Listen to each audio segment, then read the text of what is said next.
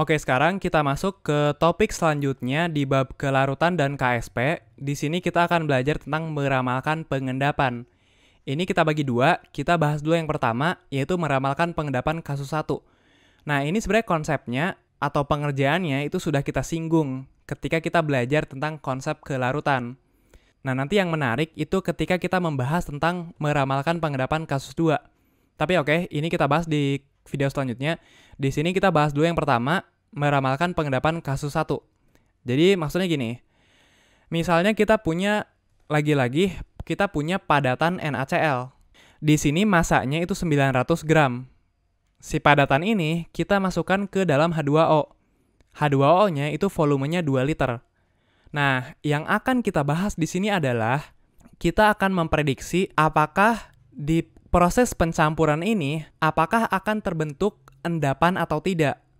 Apakah di sini akan terjadi proses pengendapan atau tidak. Nah, jadi di sini kita akan meramalkan fenomena pengendapan. Apakah pengendapan itu akan terjadi atau tidak.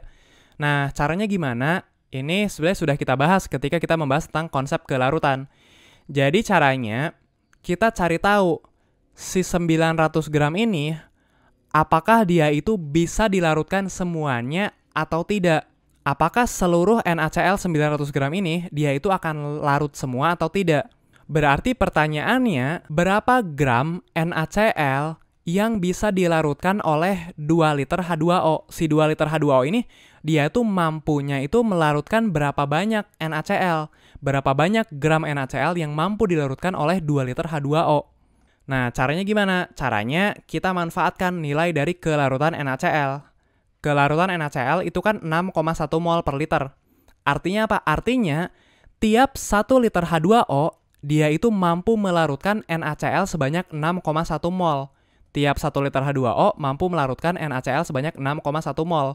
Nah, kalau H2O-nya 2 liter gimana? Berapa mol NaCl yang bisa dilarutkan oleh 2 liter H2O? Ya udah tinggal kita kalikan. 6,1 mol itu kan untuk 1 liter H2O.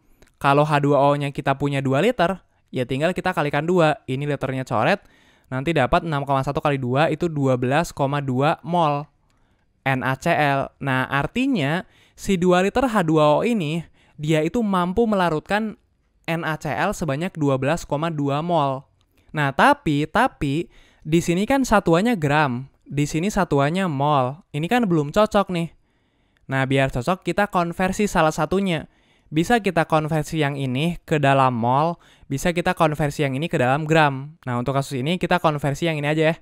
Yang mol ini kita konversi ke dalam gram. Nah, caranya sudah kita bahas di video tentang konsep kelarutan. Kita manfaatkan nilai MR dari NaCl. Nilai MR ini itu menghubungkan gram dan mol dari NaCl. Jadi, kita konversi si 12,2 mol ini, 12,2 mol kita kalikan dengan MR-nya, yaitu 58,5 gram per mol. Nah, ini kan molnya bisa kita coret. Nanti dapat ini berapa gram. 12,2 kali 58,5 itu adalah 713,7 gram. Ya, jadi ternyata 12,2 mol NaCl itu sebenarnya sama aja kayak 713,7 gram NaCl. Ya, jadi ini adalah dua angka yang sama. 12,2 mol NaCl itu sama kayak 713,7 gram NaCl. Nah, artinya 2 liter H2O di sini, dia itu mampu melarutkan NaCl sebanyak 713,7 gram NaCl. Nah, ternyata dia itu hanya mampu melarutkan sebanyak 713,7 gram NaCl. Padahal di sini yang kita masukkan itu ada 900 gram. Berarti di sini yang bisa larut itu hanya sebesar 713,7 gram. Sementara sisanya yaitu 900 kurangi 713,7 alias 186,3 gram dia itu tidak bisa larut. Jadi yang larut itu hanya 713,7 gram. Karena 2 liter H2O itu hanya mampu melarutkan 713,7 gram NaCl. Nah, sisanya 186,3 gram, dia itu akan membentuk yang namanya tuh endapan. Nah, jadi di sini akan terbentuk padatan-padatan NaCl. Yang kalau kita hitung, masanya pasti 186,3 gram. Ya, jadi untuk kasus ini, di sini terbentuk endapan sebanyak 186,3 gram. Ya, jadi itu caranya ya. Caranya kita manfaatkan nilai kelarutan dari NaCl. Nah, jadi kelihatan untuk menjawab soal seperti ini, kita butuh pemahaman tentang konsep dari kelarutan. Kita harus tahu sebenarnya definisi kelarutan itu apa. Nah, ini sudah kita bahas di video tentang konsep kelarutan. Oke, sekarang kita lihat contoh yang kedua. Misalnya di sini ada PbCl2, masanya 10 gram. Kemudian kita masukkan si PbCl2 ini ke dalam H2O yang volumenya 3 liter. Nah, sama pertanyaannya, di sini berapa gram yang akan larut dan berapa gram yang akan membentuk endapan di sini. Nah, caranya sama, kita manfaatkan nilai kelarutan dari PbCl2. Nah, tapi kita lihat di sini, yang diketahui itu adalah nilai KSP dari PbCl2. Sementara yang kita butuhkan, agar kita bisa melakukan perhitungan seperti ini, kita butuh kelarutannya. Ya udah, kita udah belajar di video sebelumnya bagaimana cara untuk mencari nilai kelarutan jika yang diketahuinya itu adalah KSP. Caranya, kita tulis dulu reaksi dari ionisasi PbCl2. Jadi kan PbCl2 itu kan dia bisa terionisasi, Pb dan Cl-nya bisa terpisah. Ini ada Pb larutan, ini ada Cl larutan. Kita tahu Cl itu muatannya negatif 1. Sementara Pb kita udah sering belajar kemarin muatannya pasti positif 2. Kemudian Cl di ruas kiri itu ada 2, berarti Cl di ruas kanan juga harus ada 2. Ya, jadi ini reaksi lengkapnya itu seperti ini. PbCl2 terionisasi membentuk Pb2+ dan 2Cl-. Berarti kalau ini S, karena ini koefisiennya sama-sama 1, ini juga S. Nah, di sini koefisiennya 2. Berarti di sini 2S. Ya, jadi KSP dari PbCl2 itu kan rumusnya adalah konsentrasi Pb2+ dikali konsentrasi Cl- dipangkatin 2. Pangkatin 2 gara-gara di sini ada 2 ya. Ini udah kita bahas di video sebelumnya ya. Konsentrasi Pb2+-nya itu S, konsentrasi Cl-nya itu 2S. Kita pangkatin 2, ini sama dengan 4S pangkat 3. Ini sama dengan 1,7 dikali 10 pangkat 5. Pangkat minus 5, sorry. Ini nilai KSP dari PbCl2. Ya udah, kita mau nyari nilai kelarutan dari PbCl2. Tinggal kita otak-atik rumus ini. Ini kita hapus dulu. Berarti S pangkat 3 itu sama dengan 1,7 dikali 10 pangkat minus 5 dibagi 4. Ini sama dengan 4,25 kali 10 pangkat minus 6. Berarti S-nya itu adalah akar pangkat 3 dari 4,25 kali 10 pangkat minus 6. Ini sama dengan 0,016. S itu satuannya molar ya, alias mol per liter. Jadi 0,016 mol per liter. Ya, jadi ini adalah nilai kelarutan dari PbCl2. Artinya apa? Artinya, setiap 1 liter H2O, dia itu mampu melarutkan PbCl2 sebanyak 0,016 mol. Nah, kalau H2O-nya ada 3 liter, lagi-lagi kita kalikan 3. Jadi 0,016 mol itu untuk 1 liter H2O. Kalau H2O-nya kita punya 3 liter, kita kalikan 3. Ini coret, ini coret.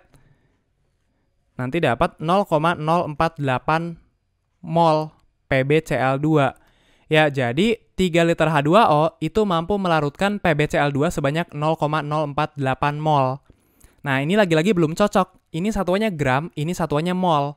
Kita konversi yang ini ke dalam gram. Caranya seperti tadi, kita gunakan nilai MR dari PbCl2. Jadi, 0,048 mol PbCl2 kita kalikan dengan MR-nya, 278 gram per mol. Ini kita coret. Ini sama dengan 13,34 gram.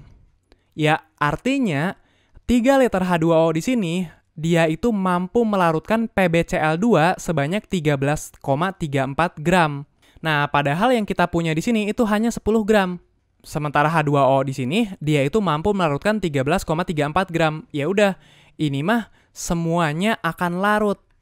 Jadi semua PbCl2 yang kita punya di sini, itu akan larut. Di sini tidak akan terjadi endapan. Di sini tidak akan terjadi fenomena pengendapan. Ya, jadi beda dengan yang tadi ya. Kalau yang tadi, dia terbentuk endapan. Karena si H2O-nya hanya mampu melarutkan 713. Sementara NaCl yang kita punya itu ada 900. Berarti ada 186,3 yang tidak akan larut, yang akan membentuk endapan. Sementara di sini, si H2O-nya, dia itu mampu melarutkan sebanyak 13,34. Padahal PbCl2 yang kita punya itu hanya 10 gram. Ya udah, berarti di sini semuanya akan larut. Jadi di sini tidak terjadi fenomena pengendapan. Oke, sekarang kita lihat ringkasan dari video kali ini. Ini ringkasan video kelima ya. Ya, jadi Untuk meramalkan pengendapan kasus 1, fenomenanya itu adalah ketika sejumlah padatan dengan massa tertentu kita masukkan ke dalam pelarut air. Nah, kita prediksi apakah terbentuk atau terjadi pengendapan atau tidak. Nah, cara memprediksinya adalah kita bandingkan jumlah zat yang dimasukkan yaitu yang ini dan yang ini, kita bandingkan dengan jumlah padatan yang dapat dilarutkan oleh si pelarut. Nah, kita bandingkan dengan jumlah padatan yang mampu dilarutkan oleh pelarut. Kita bandingkan dengan jumlah padatan yang mampu dilarutkan oleh si pelarut. Nah, nanti kelihatan apakah di sana terbentuk endapan atau tidak. Ya, jadi untuk meramalkan pengendapan kasus 1. Nah, setelah ini kita bahas untuk meramalkan pengendapan kasus 2.